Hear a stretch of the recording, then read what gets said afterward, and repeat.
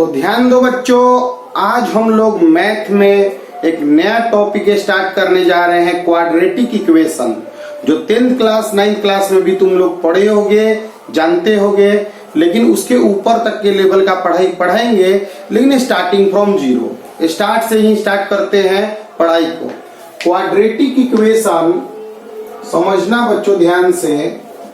Quadratic equation एक topic है, अभी हम लोग मैथ को टॉपिक के हिसाब से पढ़ा रहे हैं, धीरे धीरे बुक के हिसाब से भी हम लोग आ जाएंगे। इसके पहले ट्रिग्नोमेट्री के 20 क्लासेज गए हैं, उन 20 क्लासों को कंप्लीट कर लेना है इसे पढ़ते हुए। क्वाड्रेटिक इक्वेशन समझोगे बच्चों, कोई भी इक्वेशन होता है वह ट्रू और सम होता है। इक्वेशन कहते किसे हैं? इक्वेशन हिंदी होता है बच्चों समीकरण। समीकरण हिंदी होता है समीकरण। इक्वेशन का मतलब होता है ट्रू फॉर सम वैल्यूज, मतलब कुछ वैल्यू के लिए यह सही हो तो इक्वेशन कहा जाता है। जैसे कि मतलब x + 2 = 5 है, तो x के जगह 3 रखोगे तो यह सही होगा, x के जगह 4 रख दोगे तो सही नहीं ना होगा। तो यानी x = 3 के लिए यह सही है, तो जिस कुछ वैल्यू के लिए सही होगा तो उसे हम लोग इक्वेशन कहते हैं, और जब सबके लिए सही होता है तो उसे आइडेंटिटी कहते हैं। आइडेंटिटी मतलब होता है आइडेंटिटी सर्वसमीका, ट्रू फॉर ऑल, मतलब यह सभी चीजों के लिए सही होता है। जैसे एग्जांपल के तौर पे x + 1 का स्क्वायर, x² + 2x + 1, x के जगह कुछ भी दोनों साइड भरो बराबर आएगा। sin² theta plus cos² theta = 1, theta के जगह कुछ भी भरो दोनों साइड सही आएगा। यानी जो जितना भी फार्मूला आज तक हम पढ़े हैं वह सभी आइडेंटिटी होता है, सर्वसमीका होता है। जो कुछ वैल्यू के लिए सही हो उसे समीकरण कहते हैं, इक्वेशन कहते हैं। और जो सभी वैल्यूज के लिए, वैल्यूज में किसका वैल्यू? तो वेरिएबल का, जो वेरिएबल है उसका वैल्यू, तो वेरिएबल के कुछ वैल्यू के लिए सही होगा तो समीकरण कहा जाएगा, और सबके लिए सही होगा तो आइडेंटिटी कहा जाएगा। तो उम्मीद करते हैं इक्वेशन और आइडेंटिटी क्या है सभी लोग समझ गए। अब आगे बढ़ते हैं बच्चों। देखो, the equation in form of ax² + bx + c = 0 is quadratic equation. मतलब कोई समीकरण जो ax² + bx + c = 0 के रूप में है उसे हम क्वाड्रेटिक इक्वेशन द्विघात समीकरण कहते हैं, जहां पहला कंडीशन है कि a 0 नहीं होना चाहिए। अगर खुद a 0 हो जाएगा तो यह हट जाएगा टर्म, तो लीनियर इक्वेशन हो जाएगा। मतलब पॉलिनोमियल 2 डिग्री का होना चाहिए, बहुपद 2 घात का होना चाहिए, तब इक्वेशन क्वाड्रेटिक इक्वेशन कहा जाता है। ठीक है, a b c जो है वह रियल नंबर भी हो सकता है, वास्तविक संख्या भी हो सकता है, या काल्पनिक संख्या भी हो सकता है, इमेजिनरी नंबर भी हो सकता है, या इन शॉर्ट कहो कॉम्प्लेक्स नंबर। अभी कॉम्प्लेक्स नंबर क्या है तुम नहीं जानते हो, बस लाइन लिख लेना। यह बात सब कोई जानता है, रियल नंबर या इमेजिनरी सब नहीं अभी जानते होगे, धीरे धीरे जानोगे। अगर b 0 हो जाए या c 0 हो जाए या दोनों 0 हो जाए तो उसे इनकम्प्लीट इक्वेशन कहते हैं, incomplete quadratic equation. Incomplete quadratic equation a 0 हो जाएगा तो क्वाड्रेटिक नहीं कहा जाएगा।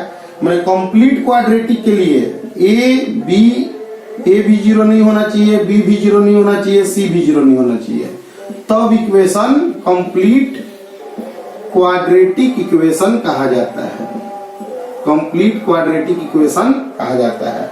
तो क्वाड्रेटिक इक्वेशन में वेरिएबल क्या है? तो x है, a b c वैल्यू रहेगा, तो x का वैल्यू हमको निकालना है, x के किस वैल्यू के लिए यह इक्वेशन सही है, तो x का वैल्यू हम लोग निकालने जा रहे हैं।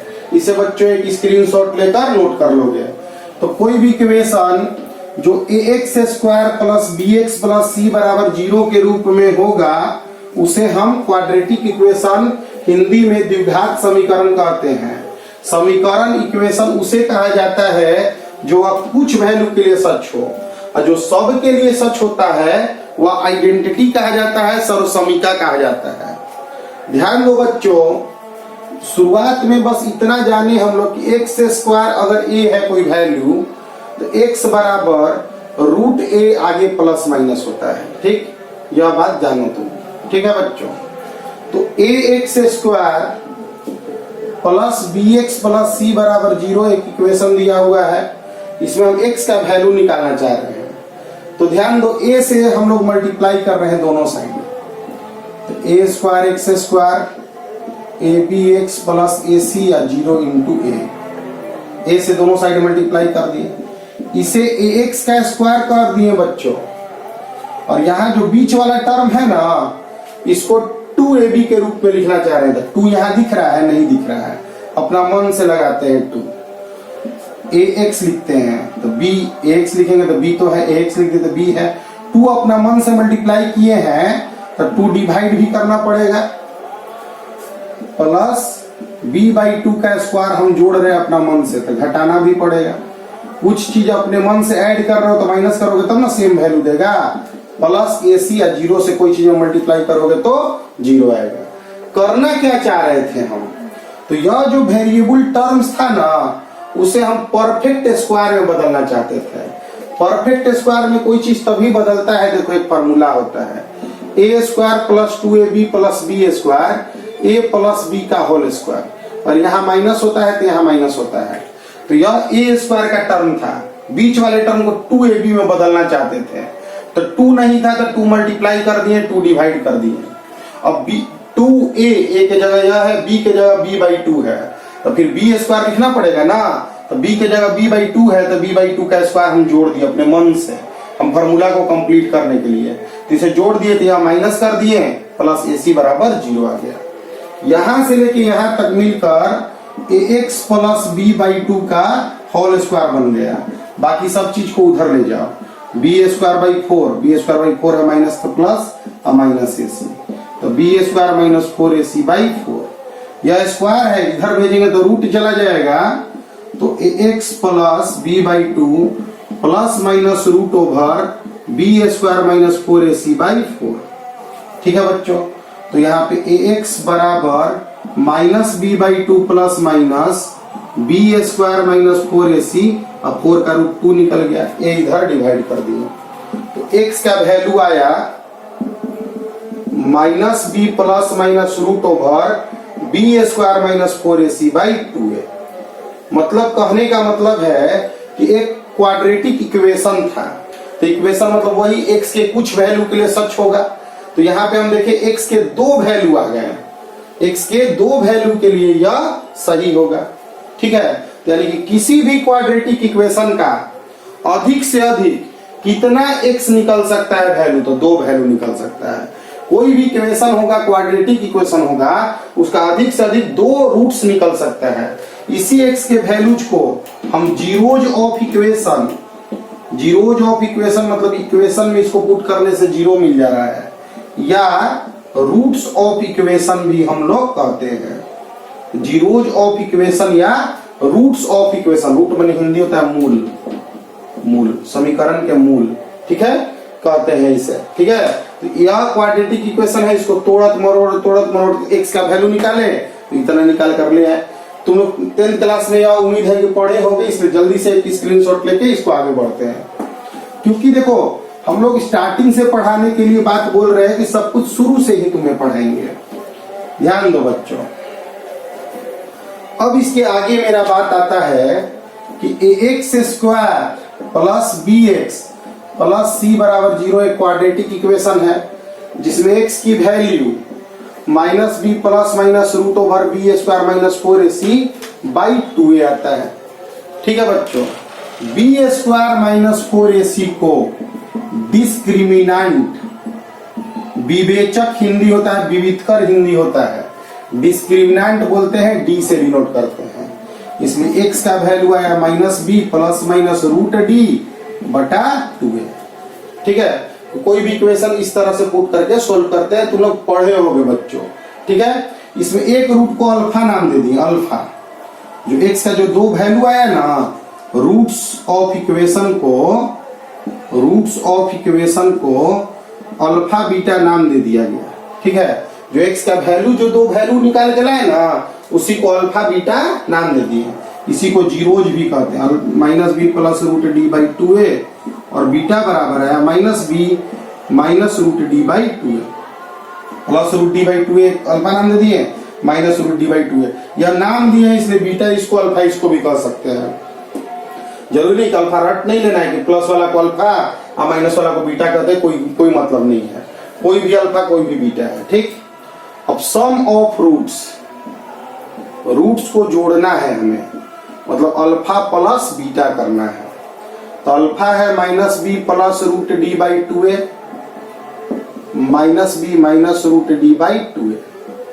तो 2a यहाँ पे लिख देंगे, minus B plus root D minus B minus root D cancel हो गया, minus 2b by 2a minus b by a। मतलब अल्फा प्लस बीटा की value minus b by a आती है। यह सब बातें याद रखनी पड़ेंगी बच्चों, आगे काम देगा। ठीक है, वैसे याद होगा तुम्हें। सम, कोई भी क्वाड्रेटिक इक्वेशन है, कोई भी द्विघात समीकरण है, तो उसका x का वैल्यू इस तरह निकालते हैं। x का अधिक से अधिक दो वैल्यू निकलता है, इसे d नाम देते हैं, यानी x का वैल्यू d पर निर्भर करता है। x के वैल्यू का रूट का जो नेचर होता है, प्रकृति होता है मूलों की, वह d के वैल्यू पर निर्भर करती है। और इसके आधार पर x का दो वैल्यू है, अल्फा बीटा नाम दे दिए। सम ऑफ रूट्स हम लोग माने मूलों का जोड़, सम माने जोड़ होता है, निकाल लिए बच्चों। ठीक है, अब आगे बढ़ाते हैं, इसे लिखते हैं product of roots. Product of roots मतलब अल्फा इंटू बीटा। अल्फा की जगह लिख दिए minus B plus root D by 2a into minus B minus root D by 2a। तो यहाँ पे a plus B a minus B, तो a square minus B square by 4a square. 2a multiply करेंगे तो 4a square. B square minus root D का D हो जाएगा, और डी को B square minus 4ac by 4a square. B square cut गया, यहाँ पे आ गया 4a square by 4ac by 4a square. a से a कैंसिल करो, 4 से 4 कैंसिल करो, क्या मिला तुम्हें c बाई a। तो अल्फा इंटू बीटा का वैल्यू होता है c बाई a। यह बात भी तुम लोग जानते होगे बच्चों, इसे भी नोट कर लेना। यह सभी छोटे छोटे बातें हैं जो तुम्हें 9th 10th में पढ़नी थी कि कोई भी इक्वेशन है, x का वैल्यू क्या होगा, अल्फा बीटा क्या होगा, अल्फा प्लस बीटा की वैल्यू क्या होगी, अल्फा इंटू बीटा की वैल्यू क्या होगी। लेकिन यही कॉन्सेप्ट आगे बढ़ाते हुए बहुत दूर तक ले जाने वाले हैं, इसलिए ध्यान पूर्वक समझोगे तुम लोग। देखो टॉपिक पढ़ाएंगे, एक दिन ऐसा स्थिति आएगा कि मैथ में सभी टॉपिक्स तुम्हारे कंप्लीट हो जाएंगे। ध्यान दो बच्चों। अब इसके बाद हम लोग आगे बढ़ते हैं। अब इसके बाद बच्चों हम आगे बढ़ते हैं कि ध्यान पूर्वक समझोगे कि अगर हमारा ax square plus bx plus c बराबर 0 एक क्वाड्रेटिक इक्वेशन है। ठीक है, अगर हम लोग a से डिवाइड कर दें X square B by A into X और सी बाई ए बराबर 0। ए से सब में डिवाइड कर दिए, ए से भागा दिए तो ए कट गया, ए से भागा दिए बराबर 0 लिख दिए। X square minus b by A into x plus c by a बराबर 0। तो x square minus b by a को क्या लिखते हो, तो अल्फा प्लस बीटा। तुरंत यहाँ निकाल के दिखाए थे।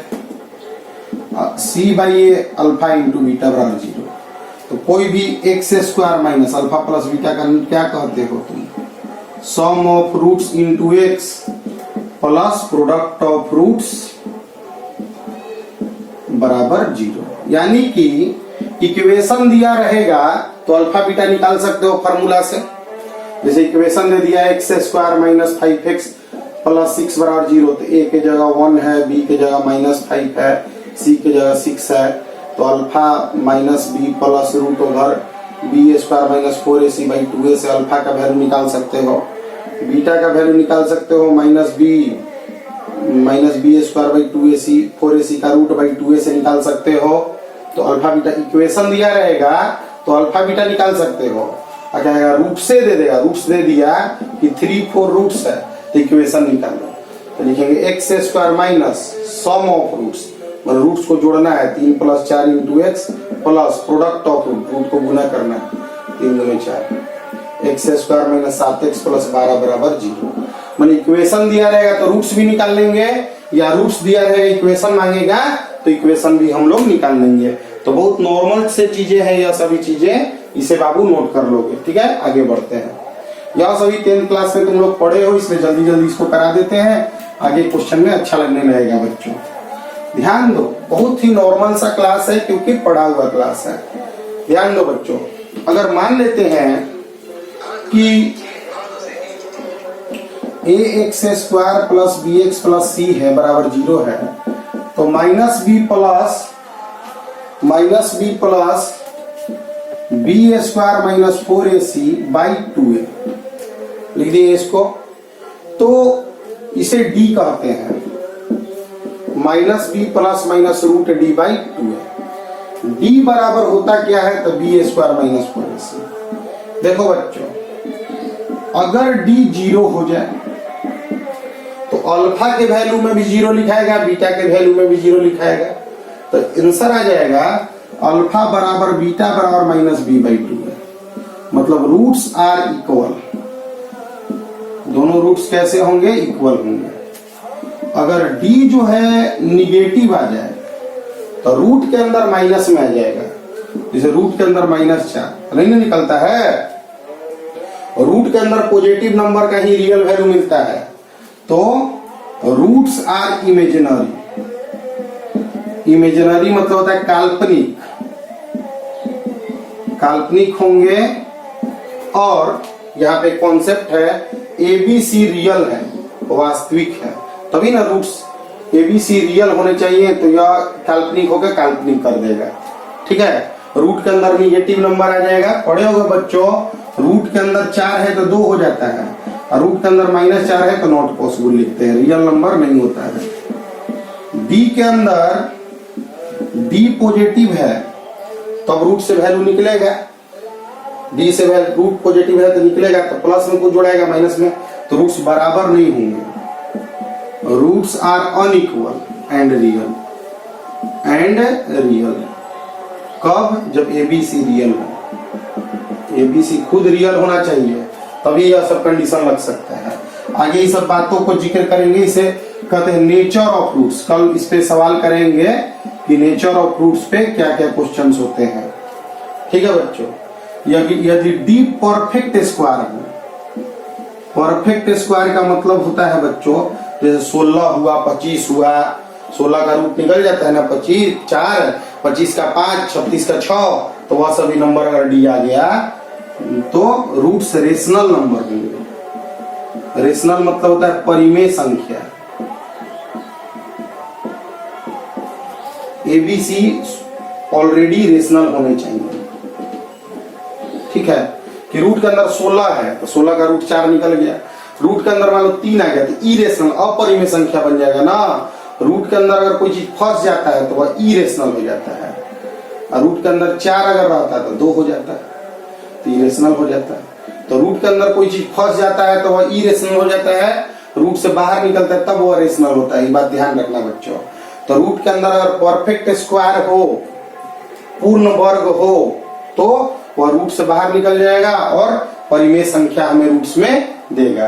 तो आज का क्लास हम लोग का बेसिक क्वाड्रेटिक के डिफिनीशन का क्लास था।